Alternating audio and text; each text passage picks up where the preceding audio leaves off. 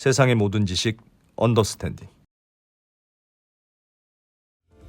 예, 자, 언더스탠딩 시작하겠습니다. 네, 요즘 저는 그 책의 네. 고마움을 자주 느끼고 있습니다. 왜요?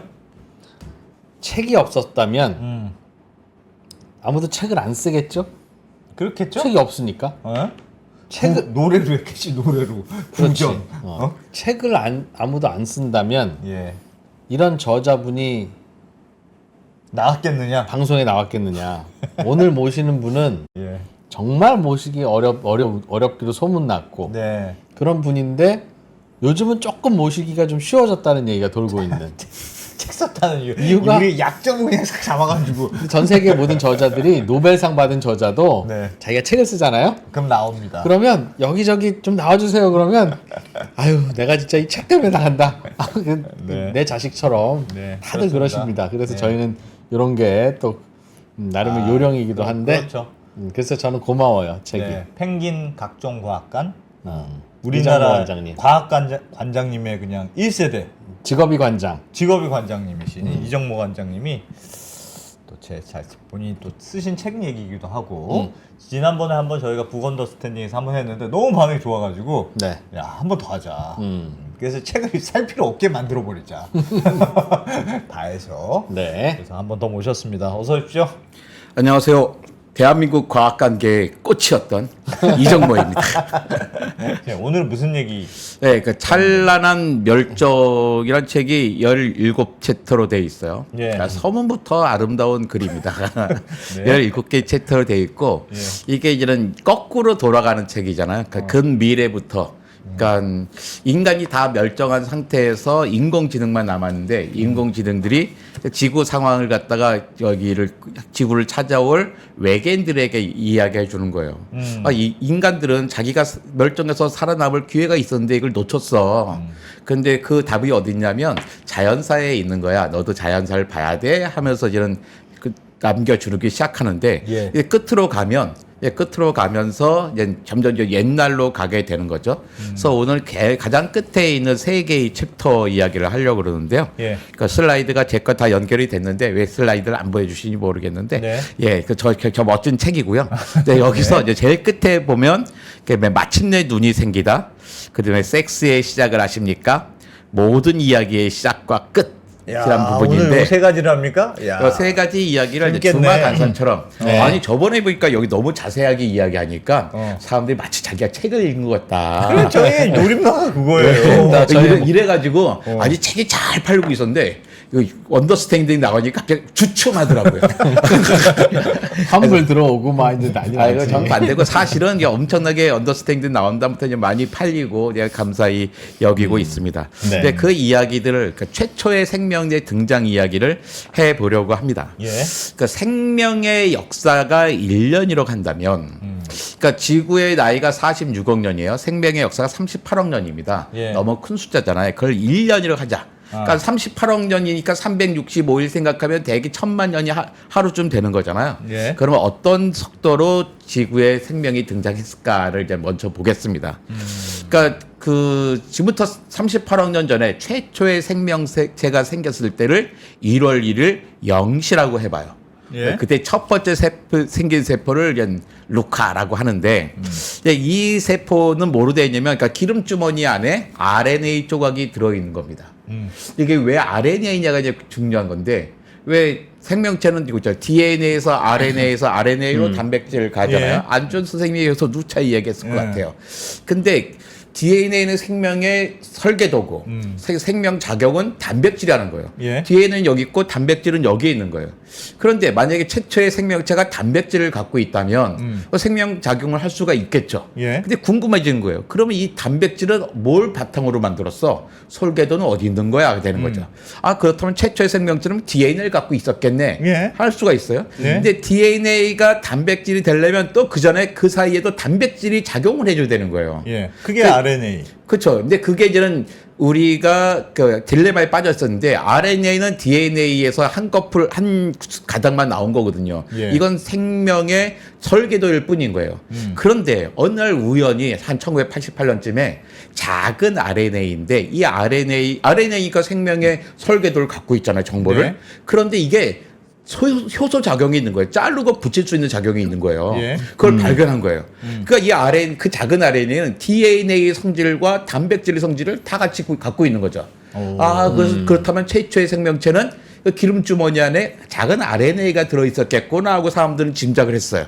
한번 짐작하고 찾은 다음에는 쏟아져 나오기 시작합니다. 그런 효소 작용, 단백질 작용을 하고 있는 RNA가 엄청나게 많은 거죠. 그러니까 우리는 짐작하는 거야. 첫 번째 생명체는 RNA를 갖고 있었겠구나. 그게 1월 1일 0시예요. 근데 그 다음에 아무 일도 안 일어납니다. 지금 보면 1월 0시에서 한 달이 3억 년이잖아요. 네. 3억 년 지났어요. 그 2월, 3월, 4월이 지나가도 큰 일이 일어나지 않아요. 근데 5월 달쯤 되니까 저기 뭐 박테리아 줄줄이 사탕 같은 박테리아가 있거든요. 네. 저게 남세균이라고 합니다. 네. 시아노박테리아인데 저 남세균이 엄청나게 많이 광합성을 하기 시작하는 거예요. 예. 이제 그렇다면 올해 남세균은 2월달, 3월달쯤 생기는데 오늘 얼마 말이 없었어. 그런데 이제 4월, 5월달 때부터 엄청나게 광합성을 하면서 이제 바다가 투명해지고 하늘이 파래지기 시작했어요. 지금 우리가 생각하는 바다와 우리가 생각하는 하늘이 있습니다. 하지만 별일 없었어요. 예. 그 별일 없다가 6월에서 7월로 넘어가는 사이에 엄청난 사건이 생기는데. 그러니까 산소를 사용하는 박테리아가 산소를 사용하지 못하는 박테리아에게 잡아먹혀요. 예. 산소는 기본적으로 생명들에게는 독입니다. 독이라고요? 독이에요, 산소는. 아니, 보통 쇠판에 산소가 막 타면 어떻게 돼요? 산화돼, 빨갛게 녹슬잖아요. 예. 산화되잖아요. 그것도 뭐 활성산소 이런 얘기 많이 듣죠. 뭐 산소 때문에 뭐 암 걸린다 막 이런 얘기 하잖아요. 그러니까 산소는 아주 독한 오염 물질인 거예요. 근데 희한하게 그 많은 생명체들을 못 살게 구는데 이걸 잘 컨트롤만 할 수 있으면 에너지 효율을 17배 정도 높여줍니다. 근데 그 당시에 대부분의 세포들은 산소를 사용하지 못했어요. 근데 일부 세포가 산소를 사용해요. 예. 근데 산소를 사용하는 세포와 산소를 사용하지 못하는 세포가 같이 살았어요. 같은 동네에. 그러니까 산소를 사용하지 못하는 세포의 입장에서는 산소를 사용하는 세포가 고마운 거예요. 예. 왜? 주변에서 산소들을 잘 해결을 해주니까. 예. 그런데 어떤 연유에서인지 산소를 사용하지 못하는 세포가 산소를 사용하는 세포를 집어삼켰어요. 집어삼켰는데 소화시키지는 않는 거예요. 예. 그러니까 어떤 관계냐면 이 그림에서 보면 그 원엑스포 산소를 사용하지 못하는 세포를 원엑스포라고 그러거든요. 저기 알파 프로박테리움이라는 게 그 산소를 사용하는 박테리아예요. 근데 그걸 잡아먹었어. 근데 원엑스포는 핵막이 없는 세포예요. 중학교 때 배웠습니다. 예. 둘 다 각각의 DNA가 있는 거죠. 집어삼켰는데 소화를 시키지 않고 같이 살아. 그 안에서 공생을 하는 거예요. 공생을 사는 게 그 알파 프로박테리움이라는 게 산소를 사용하는 박테리아가 산소를 사용하지 못하는 박테리아 들어가서 미토콘드리아가 됩니다. 우리 중학교 때 몸의 배웠잖아. 미토콘드리아? 예, 그 미토콘드리아. 그러니까 미토콘드리아 중학교 때 배웠냐면 옛날 뭐 라지에이터처럼 생긴 거 쭈글쭈글하게 된 거 있잖아요. 예. 예, 그런 모양쯤 되게 된 거예요. 이게 최초의 진핵세포가 돼요. 이때 그 세포는 또 DNA는 핵 안에 속에 딱 들어있어요. 그러니까 세포의 DNA와 미토콘드리아 DNA는 별개로 있는 겁니다. 예. 이게 진핵세포인데 나중에 아까 왜 시아노박테리아라고 남세균이 있었잖아요. 광합성하는 세포. 예. 그걸 광합성하는 세포를 또 집어삼켜요. 제가요? 제가 네. 왜 이렇게 자꾸 집어삼켜요? 집어삼켰더니 이제는 광합성하는 박테리아를 집어삼켰잖아요. 예. 그랬더니 그 광합성하는 박테리아가 세포 안에 들어가서 엽록체가 됩니다. 식물에. 그러니까 식물 세포가 되는 거예요. 그러니까 식물 세포는 동물 세포보다 나중에 나온 거죠. 그러니까 우리가 되게 오해하는 게 뭔가 식물은 하등하고 동물은 고등한 거니까 예. 동물이 훨씬 나중에 생길 것 같지만 그렇지가 않아요. 동물이 훨씬 먼저 생겼습니다. 동물이- 동물은 단순한 거예요. 그 동물은 광합성하지 못하잖아요. 예.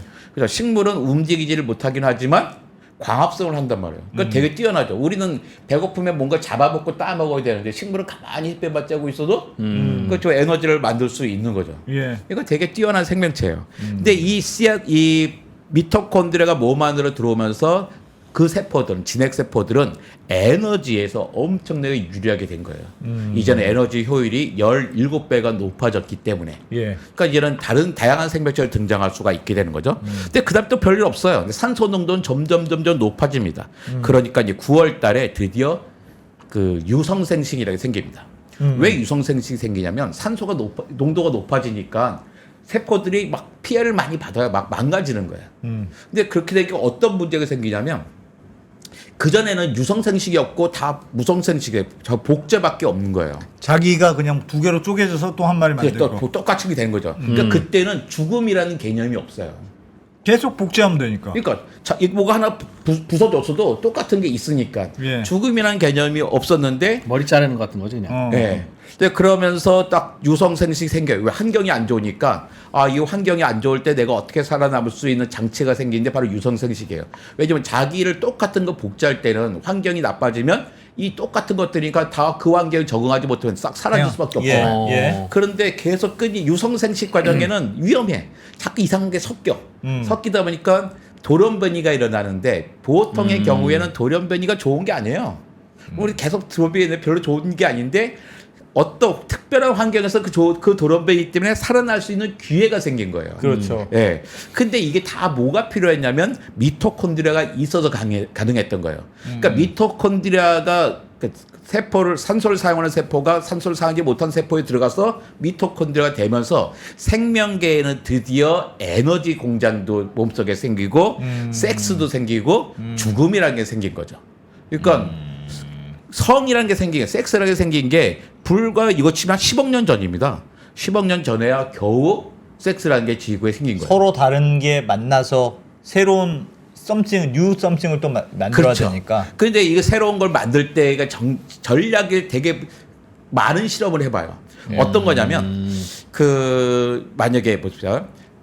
우리가 누가 암컷이고 누가 수컷일까? 누가 암컷이고 누가 수컷이죠? 뭐 단세포 생물 중에서 아니 그러니까 유성생식을 한다 그럴 때 어떤 게 암컷이고 어떤 게 수컷일까? 단세포 주는 게 수컷. 선택을 하는 게 암컷이라고 생각합니다. 뭐 선택하는 거 뭐야? 접근하는 게 수컷이고 뭐든지. 예. 낳는 게 암컷. 낳는 그래. 낳는 게 암컷일까? 아하. 낳는 게 암컷이다. 여기는 한번 좀 문제가 생길 수 있어요. 예를 들어 해마 봅시다. 해마. 해마는 수컷이 낳는데요? 아 그래요? 네. 그러니까 낳는 게 암컷이다. 되게 간단한 문제야, 거잖아. 근데 해마는 수컷이 난단 말이에요. 예. 그러니까 여기서 이런 문제가 있는 거예요. 자, 근데 누가 암컷이고 누가 수컷이냐? 일단 정자와 난자가 있잖아요. 정자와 난자라고 하는 다른 게 있는데 난자에는 약 10만 개의 미토콘드리아가 있고 정자에는 100개밖에 없어요. 작으니까 조금밖에 안 들어 있어요. 미토콘드리아가. 네, 근데 미토콘드리아가 저 미토콘드리아 100개도 정자의 미토콘드리아는 난자 속으로 들어가지 못하고 다 녹아져 버려요. 예. 그러니까 결국 미토콘드리아는 이제 엄마한테만 받는 거예요. 어. 자, 누가 낳는 거냐? 낳는 게 암컷이다 했을 때 문제가 바로 이 해마란 말이에요. 해마는 수컷이 낳거든. 그러니까 이런 딜레마가 있잖아요. 낳는 게 수컷인지 암컷인지 어떻게 알아요? 예? 그걸 어떻게 하느냐? 네. 그거 정말 좋은 질문입니다. 예. 그게 뭐냐면 배우체로 결정합니다. 그러니까 정자와 난자가 있잖아요. 예. 그러니까 내가 이제 유성생식을 하려면 내가 뭐 하나 던져주고 예. 쟤도 하나 던져서 두 개가 만나야 돼. 그렇죠. 그거 되는 건데 어떤 걸 난자줄까? 서로 나도 큰 거 줄게, 너도 큰 게 줄게. 이럴 수도 있잖아요. 예. 그러니까 난자와 난자가 만나면 좋을 거예요. 왜? 난자도 크니까 영양분도 많고 정자도 크니까 두 개 난자가 만나면 영양분이 많죠. 예. 문제가 있어요. 난자는 움직이질 못해. 그러니까 서로 주기만 하면 만나기만 하면 좋지만 이 두 그렇지. 개가 만날 수 있는 기회가 없단 말이에요. 서로 예. 네가 오라고 그러지. 예. 그러니까 이제 또 다른 방법은 이동성이 중요하구나. 그러면 정자와 우리 생각은 정자와 정자가 있을 수 있죠. 예. 그러니까 정자와 정자가 만나면 만날 가능성이 엄청나게 크죠. 서로 근데 움직이니까. 서로 움직이니까. 근데 문제는 뭐냐면 둘이 만나서 수정을 해봤자 아무것도 안 되지. 그 안에 아무것도 영양가 없는 없어요. 거야. 영양가가 없어. 근데 그래서 여러 가지 방식으로 다양하게 시도하다가 만들어진 게 바로 정자와 난자쯤 되는 거예요. 한 명은 영향이 있지만 안 움직이고, 그쵸. 한 명은 열심히 움직이고. 열심히 영양은 없지만 열심히 움직이고 그래 유전자가 시키게 되는 거죠. 그래서 이제 난자와 난자가 맞는 그 방법이 없어. 정자와 정자도 없어. 근데 왜 정자와 정자가 만난다고 해봐야 별 볼이 없잖아요. 네. 그래서 살아남은 유성생식 방법이 정자와 난자가 각각 만나는 거예요. 예. 그래서 이게 새로운 것들을 만들어 주는 거죠. 그럼 난자가 있는 게 암컷입니까? 그렇죠. 커다란 배우체를 낳아주는 게 암컷. 자이동성이 있는 배우체를 주는 게 수컷인 거죠. 그럼 수컷이 보통 이동성이 있으니까 수컷의 정자가 해마도 암컷한테 암컷한테로 가는 갈 거 거 아니에요? 아니겠어요? 예. 그럼 근데 가서 만나면 거기서 새끼가 만들어지는데 예. 그 녀석이 낳지 예. 보낸 애가 또 나요? 어떻게 나요? 근데 저쪽에 갖다 주는 거예요. 얘는 정자만 주는데 난자를 갖다가 배 안에다가 쏟아 넣어요. 아 난자를 넣어줘요? 넣어줘요. 우리가 고기들은 알을 알 수가 있잖아요. 그러면 해마는 수컷은 정자가 자기 몸 안에 그대로 있고 기다리고 움직이는데 있고 예, 움직이는 배 안에 애들이 있고, 있는데 이 정자를 바깥으로 안 만져서 넣으면 나오고 여기서 쭉 하는 거예요. 해마의 난자가 수컷의 뱃속으로 들어가서 예. 수정이 된다고요? 그러니까 보통 이제 체외 수정을 어떻게 하냐면 그냥 해마는 정자가 좀 크고 난자가 작다고 생각하는 게 맞지 않을까요? 아니에요. 너무 큰 차이가 나. 보통은 이제 바다 생물들은 해양 생물들은 바깥 체외 수정을 하잖아요. 재미없게. 예. 네. 그게 뭔지 체외 수정이에요. 우리 보면 너무 재미없는 수정이잖아요. 그런데 바깥에 난자를 쏴놔두면 나쁘지 않은데. 싹 할 때 동시에 정자를 쫙 뿌린단 말이에요. 네, 네. 그런데 이제 수컷의 몸 안에 놔두는 거예요. 그러면 수컷은 이제 그 알을 잘 품고 있다가 그 수정이 된 것들을 쏟아져 나온 거죠. 아까 그림처럼. 그래가지고 이제는 그 성의 진화라는 건 되게 중요합니다. 그래가지고 이제 우리나라에 나온 책 중에 아주 제가 권하는 책이 제레드 다이아몬드 있잖아요. 청균새. 네. 청균새를 쓰시고 무슨 문명의 궁계 어제까지의 세계 뭐 이렇게 3부작인데 그걸 쓰신 분이 그 한참 전에 이 섹스의 진화라는 책을 쓰셨어요. 근데 이게 성이 진화의 과정 속에서 유성 생식이 얼마나 중요한 건가 생명의 진화에서 얼마나 중요한가를 보여준 거죠. 그런데 이 책의 원래 안타까운 건 뭐냐면 내가 정말 좋아하는 출판사가 사이언스 북스 이 책의 원제가요. Why is sex fun이에요. 왜 성은 재밌는 왜 섹스는 즐겁나? 재밌는가? 그러면 안 하니까. 재미없으면 안 하니까. 그러니까 이거 힘들거든. 되게 무성생지 너무 편한 거야. 자기 혼자 아무 따라 딱 놔두면 되는데 그렇지. 유성생지 우리 해봐서 알잖아요. 너무너무 힘든 거야. 일단 남자와 여자가 짝짓기를 하느라고 어떻게 서로 시간 맞춰야지, 시간 기분 맞춰야지, 컨디션 줘야지. 맞춰야지. 그다음에 그 어떤 짝짓기 자체도 육체적으로 되게 피곤한 일이란 말이에요. 네. 근데 그거에서의 재미가 없으면 누가 하려고 그랬어요.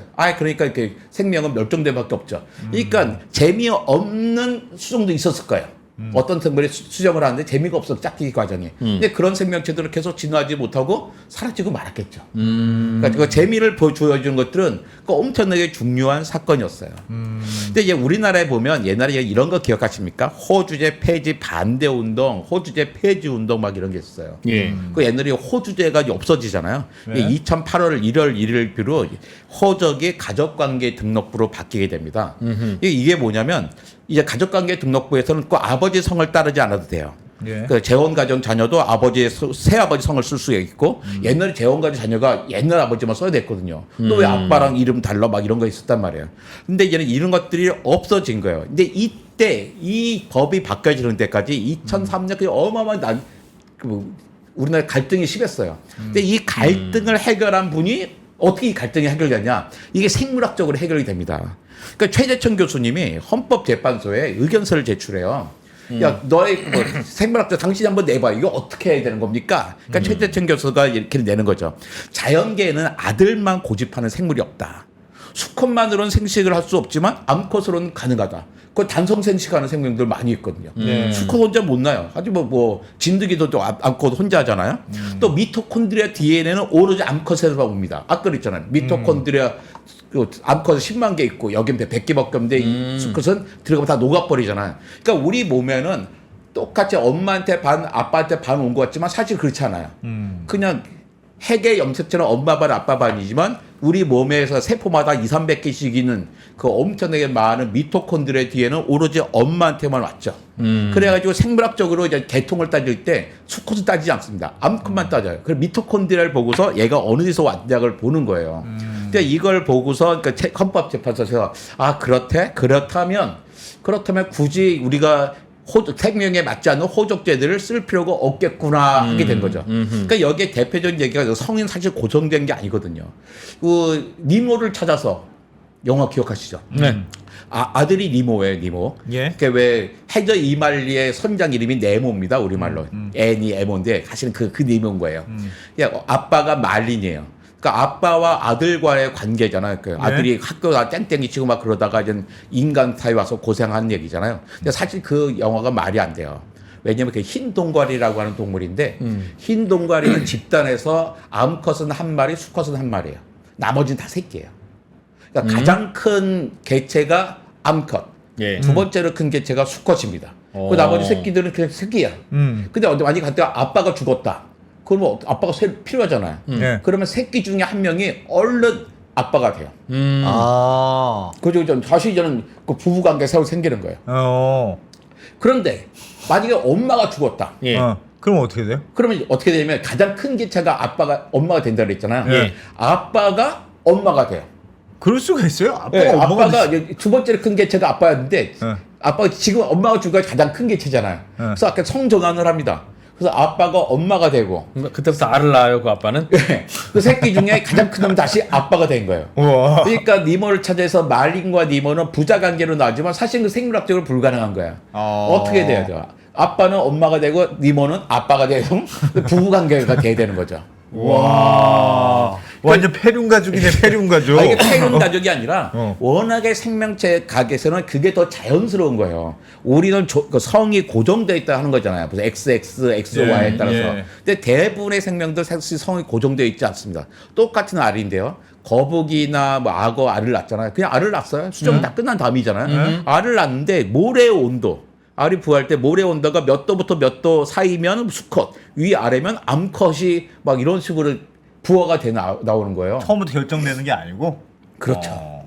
그러니까 우리가 너무나 성이 어떻게 하나로 정해져 있다고 생각하는 건 그야말로 인간의 그 보통 인간의 시각인 거죠. 자연계에서는 성전환은 아주 자연스러운 일입니다. 와, 그래요. 신기하네. 예.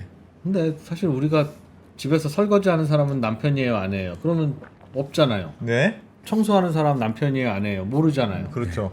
옛날에는 바깥에서 돈 벌어 온 사람이 남편이었잖아요. 그렇지. 예, 집에서 일하면 부인이라 그랬었는데 요즘은 뭐 남자가 집에서 일하는 사람들 많이 있잖아요. 그러니까 아이를 낳으면 남편이에요, 아내예요? 그러면 그건 모르지. 정하기 나름이지. 옛날에 뭐 아빠가 임신했어요 뭐 그런 거 영화 있었잖아요. 슈바츠 제너가 나온 영화에서도 거기는 이제 아빠가 임신을 하잖아요. 사실은 생물학적으로 가능하거든요. 굳이 그럴 필요가 없어서 그렇지. 가능은 해요? 예, 그 뱃속의 공간 안에서 거기다 수정란을 키우면 됩니다. 수정을 시킨 후에 수정란을 네, 뱃속 수정란을. 어딘가에다가 근데 만약에 우리가 이제 외계 행성을 찾아갔는데 거기서 그냥 인간 수정란 막 부화를 시켰더니 수컷만 부화가 됐어. 그런 경우에 이제 우리가 고민해볼 방법인 거죠.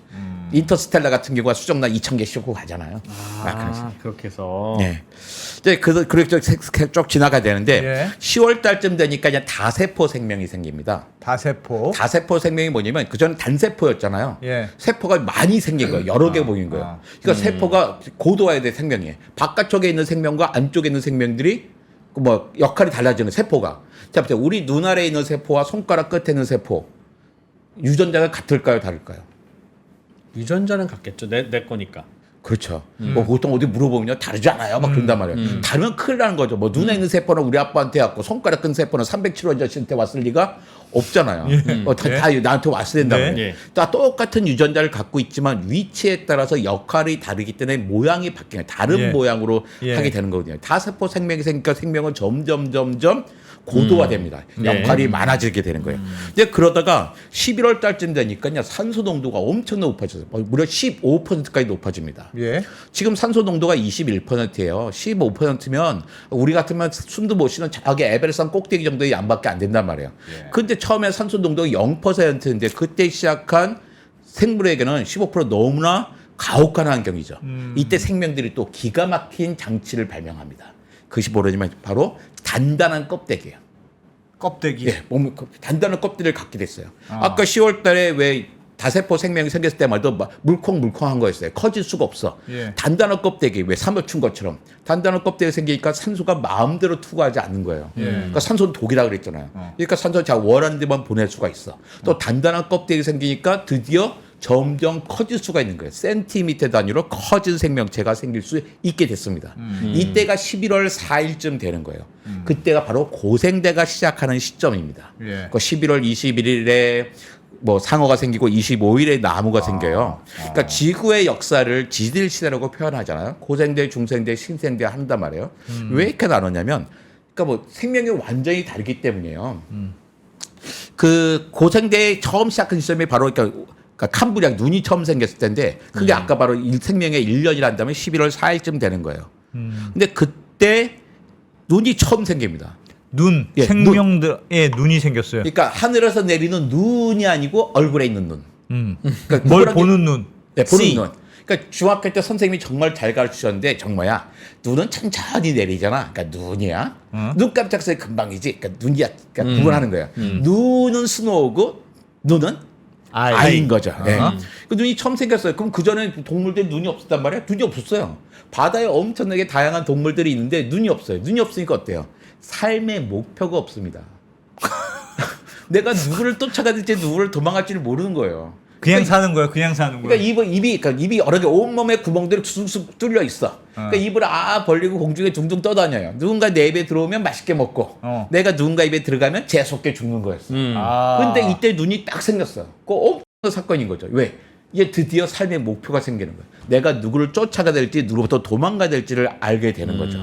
그러면서 헤엄을 쳐대니까 지느러미 같은 푸석들도 생기고 색깔과 모양도 다양해지고 점점 커지게 됩니다.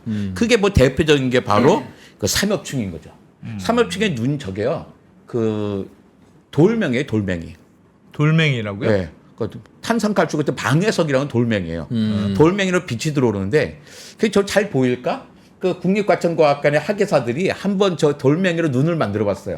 이게 빛이 어떻게 들어오나 해봤군요. 생각보다 잘 보여요. 잘 보인다고요? 네, 잘 보여요.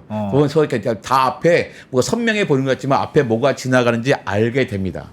근데 어느 날 갑자기 눈이 딱 생겼을 거야. 이상하잖아요. 왜 생겨요 눈이 갑자기? 그러니까 그게 우리는 그 눈을 만들기 위한 새로운 유전자가 생긴 게 아니라 원래 유전자는 생명들 침생부터 한 6억 년 전에 다 있었어요. 근데 눈 키는 유전자를 발생시키는 유전자를 켜지 않은 거예요. 그러니까 우리 진화라는 것은 유전자를 새로 만드는 게 아니라 원래 이렇게 한 6억 년 전에 모든 유전자 다 있는데 어떤 유전자를 켰냐 안 켰냐예요. 사람하고 침팬지하고요 DNA 한 98.2%가 똑같아요. 근데 1.8%밖에 다르지 않은데 너무 다르잖아요. 예. DNA 똑같아. 왜 다르지? 걔네랑 우리랑 켠 유전자가 다른 거예요. 그러니까 진화라는 것은 유전자를 키는 기술을 배우는 겁니다. 네. 심지어 바나나하고 우리도요. DNA 60%가 똑같아요. 바나나하고. 아 그래요? 네. 예. 근데 완전히 다르잖아요. 걔 식물이고 동물이고. 유전자를 키는 게 다른 걸 진화하는 거예요. 그러니까 진화라는 것은 옛날에 야, 이 짧은 시간에는 어떻게 진화가 됐어? 납득이 안 되는데 어떻게 그 유전자를 새로 만드는데 납득이 안 됐지만 38억 년 동안 엄청나게 많은 긴 시간 동안에 한 32억 년 동안 유전자는 다 만들어졌었고 예. 그 유전자를 킬 건가 안 킬 건가 켜는 그 테크닉을 배우는 게 5억 4,100만 년도 막 시작된 거죠. 그러면서 그냥 다양한 눈들이 생기는데 그래서 이제 창조 과학자들이 막 그런 얘기 하거든요. 눈이 정말로 복잡한 기관이잖아. 근데 이게 정말로 우연한 진화로 만들어졌다고? 심지어 찰스 다윈도 이것 때문에 고민을 합니다. 너무 정교해. 너무 정교해. 이게 진화로 어떻게 만들어졌다고. 진화로 거기에. 만들어졌을까? 찰스 다윈도 고민했을 정도예요. 근데 이게 간단하게 되지 않았습니다. 아주 오랜 시간이 걸린 거예요. 처음에 왼쪽부터 이제 단순한 조직이 있잖아요. 단순한 조직이 모양이 바뀌고 그 안에 물주머니가 생기고 뭐 이런 식으로 만들어지는 거예요. 그런데 다양한 방식으로 눈이 발생을 시작하는데요. 이게 우연에 의해서 같은 모양들 눈을 갖게 되지만 발생 방법은 다 달랐어요. 왜냐하면 사람의 눈이랑 오징어랑 눈이랑 비교하면요. 오징어의 눈이 더 발달했어요. 잘 보여요? 잘 보이는 게 어떤 거냐면 사람이 그 뒤에 망막이 있잖아요. 네. 제 끝에 망막 스크린이에요. 그러니까 빛이 들어와서 스크린 딱 맺혀. 그럼 망막이 맺힌 건데 이거 뇌로 전달이 되잖아요. 그 망막이 있으면 망막에서 빛을 신경으로 끌고 와서 뇌로 전달이 되죠. 예. 그 장애에서 여기 앞에 스크린 있으면 스크린 뒤쪽에 저게 신경이 있으면 쫙 신경 끌고 가면 되잖아요. 근데 사람 눈은 바보같이 신경이 앞에 있어. 앞에 있어요? 네, 스크린의 앞에 있어요. 그러니까 어떻게 이 신경을 갖다가 쫙 묶어가지고 뒤로 보내야 되잖아요. 뒤로 보내기 위해서 막 스크린에 구멍을 뚫어요, 망막에. 그래서 뒤로 쭉 넣습니다. 그래서 맹점이라는 게 있어요. 그러니까 우리 눈앞에는 안 보이는 점이 하나씩 있어요. 근데 우리는 못 느껴. 왜? 끊임없이 눈이 움직이기 때문에. 되게 무식한 방법으로 되어 있는 건데 이 오징어는 그냥 훌륭하게 신경이 뒤에 있어요. 신경이 뒤에 있어요. 그러니까 오징어의 눈과 우리의 눈은 출발점부터 다른 거예요.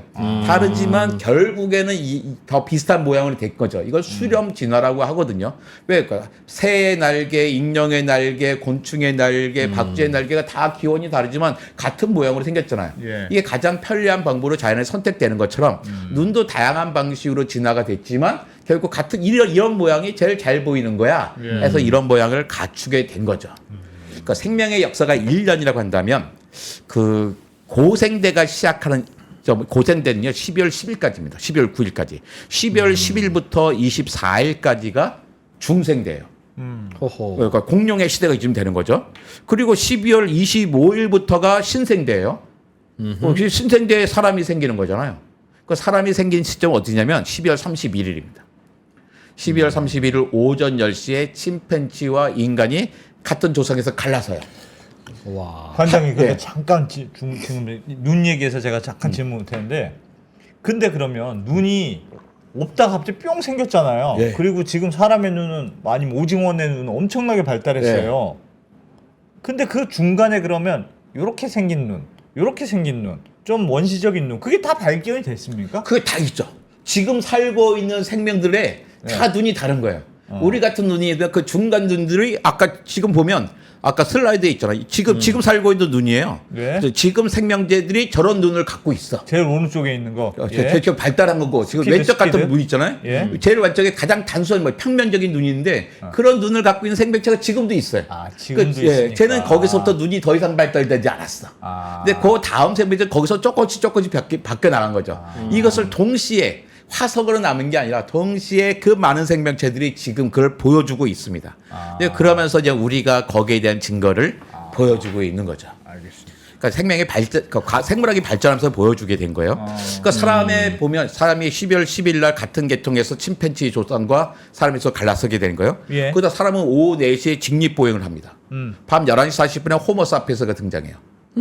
그게 많이 있었죠. 예. 10시부터 있었으니까. 11시 50분에 호모사피엔스가 아프리카 바깥을 나와요. 야. 그 밤 11시 55분에 아프리카 와서 5분 만에 모든 인류를 다 없애버렸어요. 사람이 태어나는 게 저렇게 뒤늦게예요? 예. 생명이 태어나서 12월 31일 마지막 날에 11시 40분쯤에 그 11시 40분 우리 호모사피엔스는 그 전에 그 10시부터 이제 다른 인류들이 있었죠. 예. 우리의 그 옛날 조상들. 그 자정에 지금 여러분과 시청자와 우리가 만나고 있는 겁니다. 그러니까 우리는 얼마 안 됐어요. 근데 얼마 안 되는 이 인류가 지구를 정말로 아름답게 만들어줬죠. 그렇죠. 지구도 이렇게 환하게 만들어주고 예. 온갖 동물들에게 이름도 붙여주고 식물들에게 예. 그다음에 우주 나이가 137억 년도 알려준 겁니다. 그러니까 기후 변, 근데 보통 여태까지 진화를 보면요, 기후가 변화하면 멸종되고 멸종의 진화가 되는 일정한 패턴을 가졌어요. 근데 제 책에서 가장 마지막 챕터가 아주 그냥 아름다운 챕터입니다. 이 마지막 챕터는 저도 뭔데요? 모르게 연극 대본처럼 썼어요. 예. 그래서 이제 달과 바다가 대화를 하는 거예요.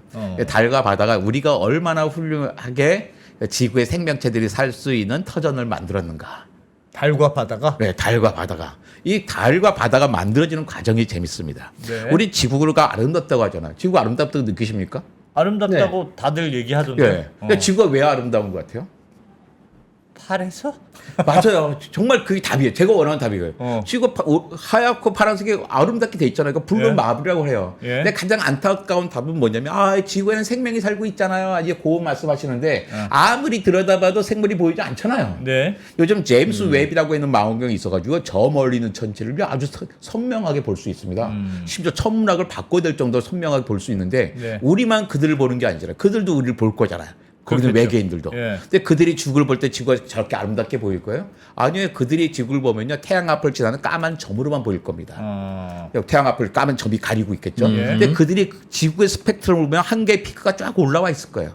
그 피크가 뭐냐면 바로 H2O죠.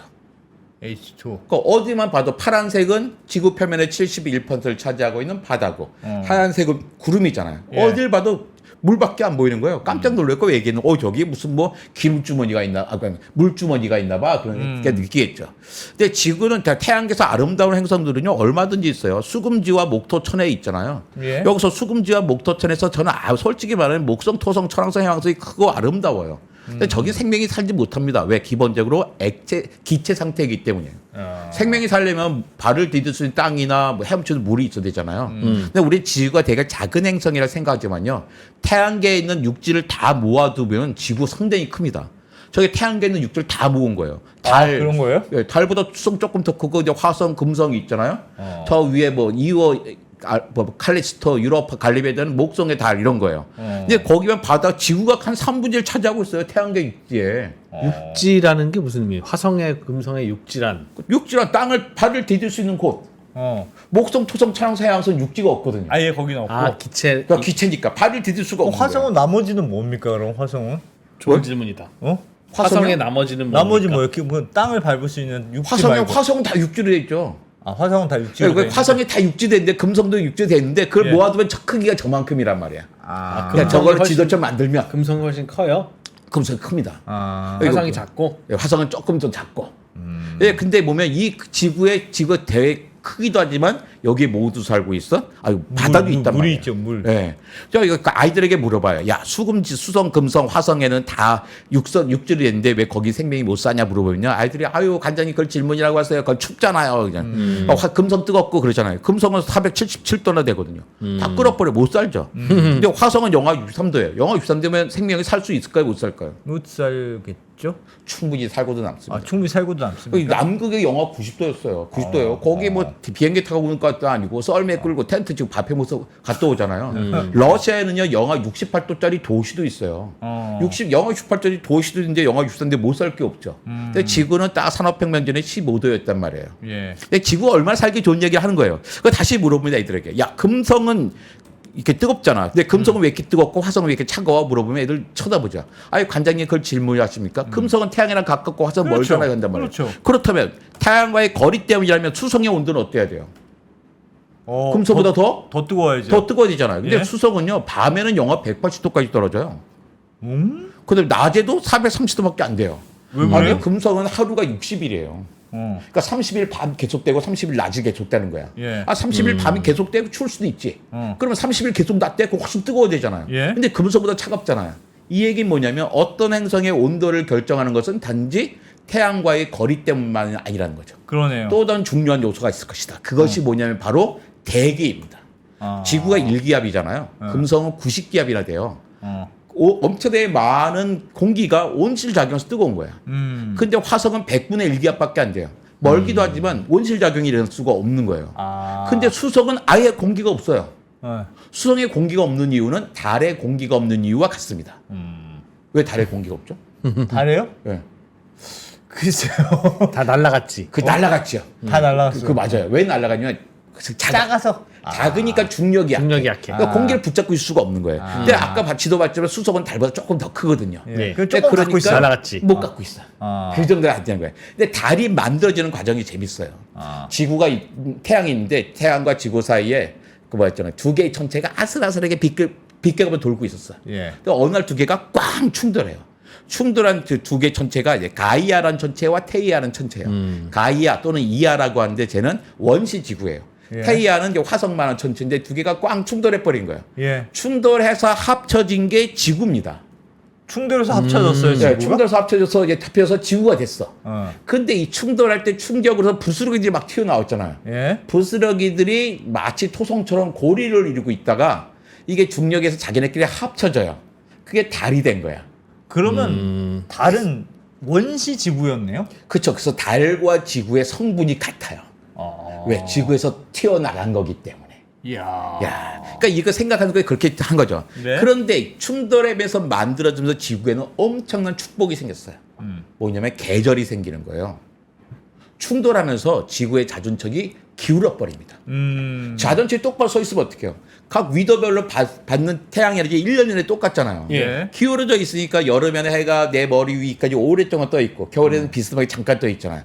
그 서울 같으면 가장 더울 때랑 추울 때가 60도 차이 난단 말이에요. 예. 60도만큼의 생태적 틈새가 여기에 있는 거죠. 그러니까 60도만큼의 생태계가 여기에 형성되고 있는 거예요. 저거 그럼 애초부터 만들 때 저렇게 사계절을 겨냥해서 만든 게 아니라 제대로 만들어 놓은 걸 누가 툭 쳐서 저렇게 된 거예요. 그쵸. 그러게. 달이 만들어지면서. 안 그랬으면 우리 한국도 그냥 사계절 내내 똑같은 문제였을 텐데 그냥. 그러니까 만약에 그렇지 않았다면 달이 없으면 만약에 달이 없으면 어떤 문제가 생길까? 밀물과 썰물이 없잖아요. 그렇죠. 그러니까 밀물과 썰물이 없으니까 바다 생명체의 95%는요. 바다 면적의 4%밖에 안 되는 대륙붕에 살고 있습니다. 낮은 데 200m 위에. 깊은 바다는 살 수 있는 게 아니에요. 거기 지나가는 데지. 왜? 거기서 알아봐요. 다 깊은 데 들어서 다 터져버릴 거냐 압력에 의해서. 네. 다 낮은 곳에 사는데 만약에 밀물과 썰물이 없으면 어떻게 돼요? 생명들이 생물들끼리 자원과 에너지가 마주칠 수 있는 기회가 없는 거예요. 예. 근데 하루에 2차례씩 있는 어마어마한 에너지의 밀물과 썰물 때문에 다 뒤섞이면서 생명들이 진화할 수 있었던 거죠. 아하. 그런데 이 지구에서 생명이 살고 있는 가장 결정적인 이유는요. 지구 내부에 숨어 있습니다. 지구는 양파처럼 생겼어요. 여러 겹으로. 예. 예. 한가운데 내, 그다음에 외, 멘틀, 지각이 있잖아요. 막 움직인다고 들었어요. 아내가. 예. 근데 내과 외액은 철과 니켈이라고 하는 무거운 원소로 되어 있습니다. 무거운 원소가 밑에 있다는 뜻은 뭐예요? 지구는 만들어지고 오랫동안 식지 않았던 뜻이에요. 액체 상태야. 그러니까 무거운 게 밑으로 내려오시죠. 흙탕 걸 생각하면 돼요. 우리가 시험 공부한다고 책상 위에 책을 쫙 쌓았어요. 고체 상태다. 시간 지났다 가지고 무거운 책이 밑으로 내려오진 않잖아요. 그렇죠. 자기 잘 지키고 있지. 오랫동안 식지 않았으니까 무거운 게 밑으로 내려갈 수 있었어요. 근데 이것도 운이 좋은 건데 내액은 지금 고체 상태지만 외액은 액체는 돈단 말이에요. 네. 그러니까 중학교 때 배우길 뭐라고 배웠냐면 금속 주변에 금속을 막 돌리면 자기장이 생긴다고 배웠거든요. 그렇죠. 그러니까 지구는 거대한 자석이 된 거예요. 그러니까 지구하고 달 사이의 거리가 38만 킬로미터인데 자기장이 약 7만 킬로미터까지 펼쳐집니다. 그러니까 5분의 1까지 되는 거예요. 그러니까 우주 정거장 대양 지구에 바짝 붙어 있단 말이에요. 400킬로미터 위에 있으니까 예. 지구의 반지름이 6,400킬로미터예요. 그러니까 반지름의 8분의 1만큼만 올라가 있는 거예요. 당연히 거기도 나치판 놔두면 북쪽과 남쪽을 가리키게 지구 어수 되는 겁니다. 근데 이 자기장이 지구의 생명을 살게 하는 가장 결정적인 이유예요. 왜냐하면 태양에선 지구로 빛만 오는 게 아니에요. 자외선, 가시광선, 적외선만 오는 게 아니라 방사선과 태양풍이라는 우주 입자들이 날라옵니다. 그 우주 입자들은 생명의 분자들을 다 쪼개버려요. 그러니까 뭐 물도 쪼개고 DNA 아래 단백질 다 쪼갤 수 있단 말이에요. 예. 근데 지구는 자기장이 있으니까 다 쳐내죠. 이렇게. 그러니까 쉴드를 쳐주고 있는 거예요. 만약에 갑자기 자기장이 사라진다 어떻게 될까요? 사람 같은 경우는 낮에는 신라 고분 같은 집을 짓고 숨어 살다가 밤에만 활동해야 돼요. 태양 반대쪽에 있을 때. 사람은 그런다 할 수 있지만 뭐 곤충, 벌레들, 미생물, 식물, 동물 할 수가 없는 거잖아요. 걔도 사라지고 말겠죠. 그럼 결국 우리도 살 수 없는 거예요. 저 자기장이 왜 생겼다고 그러셨죠? 지구 내부에 고체 금속 내과 액체 금속 외액이 있으면서 돌면서 그 액체가 마찰에서 돌면서 거기서 이제 자기장이 생긴 거예요. 금속 주변에 지금 내 외액이 아니더라도 우리 진짜 쇠 있잖아. 쇠에다가 철사 막 돌리면 자기장이 생깁니다. 쇠가 돌면 자기장이 생겨요. 그러니까 금속 주변에 금속이 빙글빙글 돌면 생기게 되는데 내액이 금속인데 외액이 빙글빙글 돌고 있잖아. 그러니까 자기장이 생기는 거죠. 근데 40억 년 전이에요. 40억 년 전을 가볼게요. 우리 지구 그러면 초록색과 파란색을 생각하잖아요. 예. 근데 40억 년 전에는 초록색도 없고 파란색도 없었어요. 달은 지구보다 6배나 컸습니다. 달이 점점 작아진 건 아니고요. 달이 점점 멀어지면서 지금 크게 된 거죠. 예. 근데 밤중에 지구와 엄청나게 많은 천체들이 꼬리가 달린 지구랑 부딪혀요. 저게 바로 혜성입니다. 해성. 예, 혜성의 정체는 뭐냐면 얼음과 암석이 뭉쳐져 있는 거예요. 네. 저 멀리 있을 때 그냥 덩어리인데 지구랑 가까이 오면 지구의 태양의 영향을 받아가지고 그 얼음이 증발하는 거예요. 그러니까 혜성의 꼬리는 물이 증발하는 거예요. 근데 지금은 수십 년의 혜성을 하나 보지만 저 당시에는 하루도 수십 개, 수백 개 혜성이 지구와 충돌하고 있었거든요. 예. 이 태양계가 카오스였으니까. 그러면서 지구에 바다를 가져다 준 거죠. 근데 궁금해요. 그러면 혜성이 설마 지구와만 부딪혔을까요? 다른 큰 데도 천체에 더 붙었겠죠. 많이 붙었죠. 목토 천에 제일 많이 붙었겠죠. 하지만 저기가 바다가 없는 이유는 다 기체행성이니까 물이 있을 수가 없는 거잖아요. 야 그러면 이제 수성, 금성, 화성에도 해성이 붙였을 거 아니에요. 네. 왜 거긴 바다가 없을까? 화성에도 있었어야 될 것 같습니다. 그렇죠. 수성, 금성은 화성 다 있어야 되는 건데 왜 없을까? 수성과 금성은 비교적 쉽죠. 뜨거우니까. 예. 뜨거우니까 그때 증발했어요. 네. 수성이 증발했는데 중력이 약하니까 증발한 수증기는 다 우주공간에 날아갔어.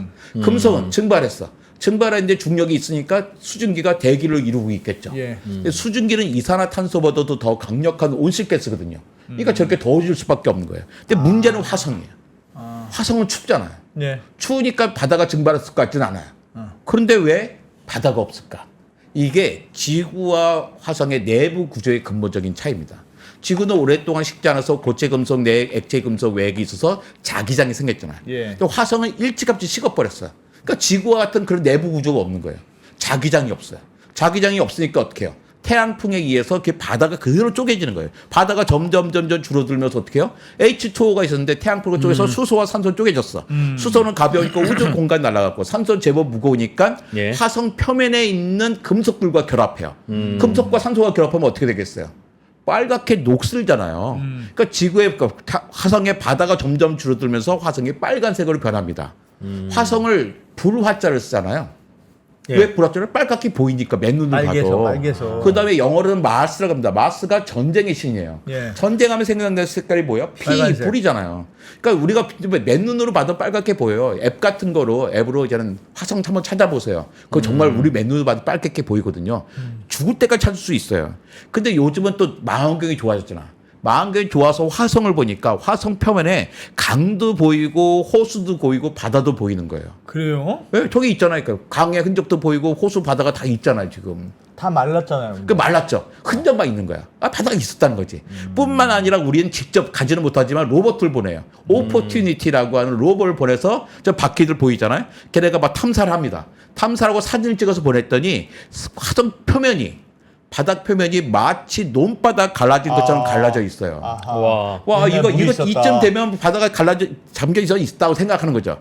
아, 그랬더니 어떤 게 공대 학생이 물을 짜증내더라고요. 아니, 관장님도 과학자면서 어떻게 말도 안 되는 말을 하십니까? 그러니까 태양풍이 뭐 대다가 바다를 날려버려요. 그런데요. 40억 년이면 그러고 남을 시간입니다. 지구의 지름이 12,800km예요. 근데 바닷물의 평균 깊이는요 4km밖에 안 돼요. 예. 12,800에 4. 저게 12,800에 4를 저렇게 크게 쓰면 안 되죠. 원래 점만 찍어야 돼요. 점만 예. 찍으면 안 보이니까 했을 뿐이에요. 어떤 관계냐면 농구공에다가 비닐랩을 한번 가봐봐요. 네. 그게 지구와 바다의 관계예요. 예, 그게 그 지구에 있는 모든 물을 모으면 딱 저만큼이에요. 바닷물, 호수물, 강물, 구름, 지하수, 만년설, 빙하를 해봐야 요만큼밖에 안 됩니다. 아. 근데 그 살짝 발라지니까 태양풍을 쪼이면 없어질 수 있는 거죠. 예. 근데 지구는 온갖 조건을 다 가졌어. 태양풍 적당한 거리에 있고 또 적당한 크기에 있으니까 압력도 갖고 있고 거기다 이제 바다도 있고 자기장도 있고 달도 있고 살기 너무 좋은 곳이에요. 진짜 우연히 저렇게 만들어졌나 보다. 자, 우연지 우연. 그 자리에 하필이면 거기다 멘트를 고쳤는데 계속 움직여요. 멘틀이 움직이는데 멘틀 위에 있는 멘틀이면 대륙이 있잖아요. 예. 그 대륙도 같이 움직이는 거예요. 그래서 오늘날의 대륙의 분포 3억 년 전 5억 년 대륙 분포가 대륙의 분포가 바뀌어. 대륙의 분포가 바뀌니까 바닷물의 흐름이 달라져. 바닷물의 흐름이 달라지니까 어떻게 해요? 기후가 바뀌는 거예요. 기후는 생명에 있어서 가장 중요한 생존 조건이거든요. 가장 중요한 생존 조건이 바뀌니까 어떻게 해요? 새로운 생명이 생기는 거죠. 그걸 보고 우리는 진화라고 합니다. 아, 근데 지구는 진짜 특이해. 예를 들면 생명의 진화는 말씀하셨던 대로 목적이 있잖아요. 내가 생존해야 되겠다는 목적이 있어요. 네. 그러니까 눈도 생기고 눈이 생긴 놈이 또 살아남고 다리가 생긴 놈이 또 좀 살아남고 머리가 똑똑한 놈이 살아남아요. 근데 지구는 목적이 없지 않습니까? 근데 사실은 생명도 목적이 없습니다. 내가 나 세상을 좀 봐야겠어. 눈 좀 만들어야겠어. 눈 만들고 좀 이렇게 왜 팔 있으면 편하겠어. 팔을 만드는 게 아니라 돌연변이에서 우연히 생기는 거예요. 우연히 생겼는데 그 생긴 것들이 그 환경에서 더 유리해. 에너지를 더 많이 양분을 더 많이 할 수 있고 짝짓기에 더 유리해. 그러다 보면 후손도 많이 남기게 돼서 그런 생명들이 거의 생긴 세상을 거지. 지배하게 되는 거지. 아. 어떤 목적을 가지고 움직이는 거는 아닙니다. 그래서 이제 이 책이 17개의 챕터로 되어 있는데 첫 번째 챕터가 저거였잖아요. 이렇게 왜 인공지능이 네, 지구에 예, 지구인들아 들어라. 예, 어. 그 외계인 들어라 이래서 조금씩 가다가 이제 마지막 과정이 이 저렇게 그냥 과학적 설명했지만 책에서는 그 바다와 달이 대화를 합니다. 연극처럼. 아, 너가 이런 일을 했잖아. 너 훌륭해. 아, 내가 그런 일을 하게 됐지. 근데 너가 없었으면 내가 못했을 거야. 마치 로미오와 줄리엣이 딱 그 성 위에 발코니에 아래서 대화하는 것처럼 막 이렇게 재미있게 쓰여졌어요. 그래서 저는 이 책을 통해서 겁먹지 말자는 얘기를 하고 싶어요. 그러니까 계속 지난 5번의 대멸종 겪을 때 다 기후 변화 때문이었잖아요. 예. 그러니까 5차례 대멸종도 기후 변화 때문이었는데 그 대멸종은 기후 변화는 다 자연적인 거였어요. 화산이 터지든지 대륙이 움직이든지 운석이 부딪히는 겁니다. 근데 그 당시 생명체들은 할 수 있는 게 하나도 없었잖아요. 예. 근데 지금의 6번째 대멸종도 기후 변화 때문이에요. 근데 이 기후 변화의 원인은 자연적인 게 아니라 인간의 활동입니다. 그러니까 너무나 간단한 거예요. 우리만 변하면 되는 거죠. 그래서 이 상태로 계속 간다면 500년이 아니라 150년만 가도 최근 특히 18개월 동안의 기온 변화, 해수 변화 보면 500년까지 안 가고 150년 갈 것 같아요. 끝날 것 같아. 그런데 우리는 충분히 그걸 극복할 수 있을 거라 생각합니다. 우리 그런 경험이 많아요. 이제는 우리 맨날 뉴스에 나오던 오존 구멍이 커졌어요는 뉴스 안 나오잖아요. 예. 우리가 이제 프레온가스 안 쓰게 됐잖아요. 프레온가스 쓰니까 안 쓰면 되잖아요. 옛날에 산성비야 날천데 비 맞고 다니잖아요. 산성비 아니잖아요. 그러니까 인류는 문제를 일으키기도 하지만 문제를 해결도 할 수 있는 정말로 위대한 생명체예요. 근데 가끔가다 인간을 너무나 싫어하시면서 난 인간 없는 지구를 꿈꿔요 하시는 분들이 있어요. 네. 그냥 속으로 그럽니다. 아유, 지구를 위해서 그게 좋은 일이야. 네, 당시부터 사라져요 그러는데 어떻게 인간 없는 지구가 무슨 의미가 있어요? 인간이 있어야 우주도 의미가 있고 지구도 의미 있고 자연도 의미가 있는 거죠. 살아남아야 됩니다. 근데 우리는 충분히 살아남을 수 있을 것 같아요. 그러니까 지금부터 인간은 열심히 똑똑하니까. 그다음에 자기의 문제를 잘 알고 있고 이미 또 기후 위기를 극복할 수 있는 기술의 95%는 이미 있다고 합니다. 근데 문제는 거기를 우리가 의지가 있는 거죠. 의지가 뭐예요? 그래서 법을 만들고 세금을 투자할 생각이 있느냐입니다. 인간은 근데 욕심이 많지 않습니까? 그 욕심을 사회적으로 통제를 해야죠. 그래서 법이 있는 거 아닙니까? 그 법이 없으면, 그러니까 법이란 게 만들어지지 않으면 이거 통제가 되지 않는 거예요. 근데 그렇게 법을 통해서 사람들에게 여러 개 복지 정책도 만들 수 있고 그런 거잖아요. 교육제도, 도로. 만약에 저 도로 뭐 나만 다니는 거 뭐 한자 다 누가 그걸 투자를 하겠어요. 그런데 국가라는 조직, 정부라는 조직에서 법을 가지고 세금을 이용하면서 사실은 개인이 놀라 그러면 저 절대로 도로는 넣어줄 수가 없습니다. 자기 앞이 이만큼 하겠죠. 예. 정부가 없고 법이 없다면 누가 철도를 놓겠어요. 정부가 없으면.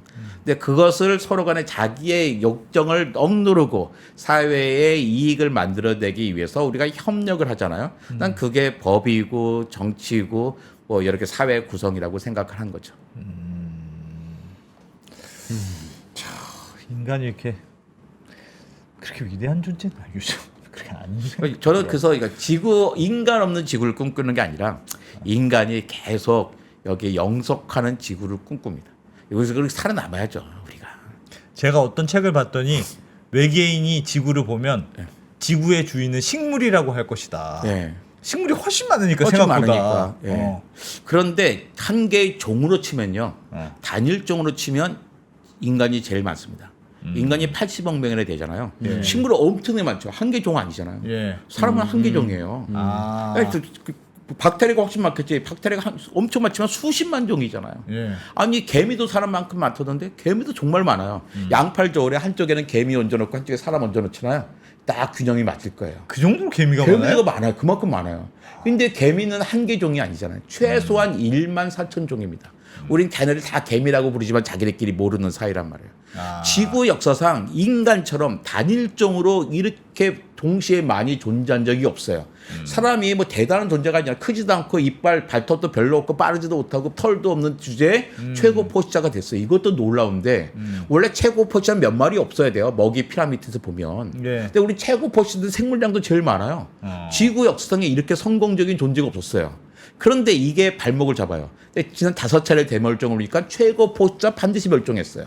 생물량이 가장 많아도 반드시 멸종했어요. 근데 우리는 훌륭함 때문에 최고 포식자면서 생물량도 제일 많아. 그러니까 우리는 어떻게든 이 6번째 대멸종을 통과하지 못하는 거죠. 그렇다면 어떻게 할 거냐?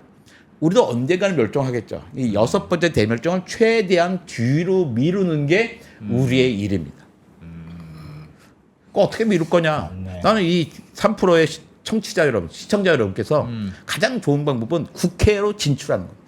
국회요? 국회로 가셔야죠. 왜요? 국회에 가서 법을 만드셔야 됩니다.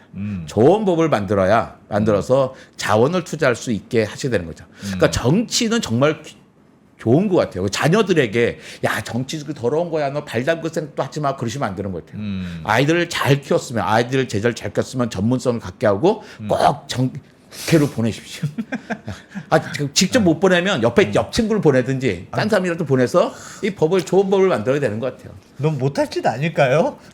그 희생하는 마음으로 하는 거죠. 희생하는 마음으로. 희생하는 마음으로. 네. 제가 희생하겠습니다. 네. 저는 두 분 가시면 정말 좋죠. 네, 정말 좋습니다. 2%가 대표로 제 마음이 안 놓여가지고 가면 차라리 제가 가는 게 낫지 않을까요? 왜 본인이 가는 게 낫습니까? 그러니까 끊임없이 감시를 해야죠. 끊임없이 끊임없이 막 감시하고. 가르쳐주고 독려하고 그래야 되는 거죠.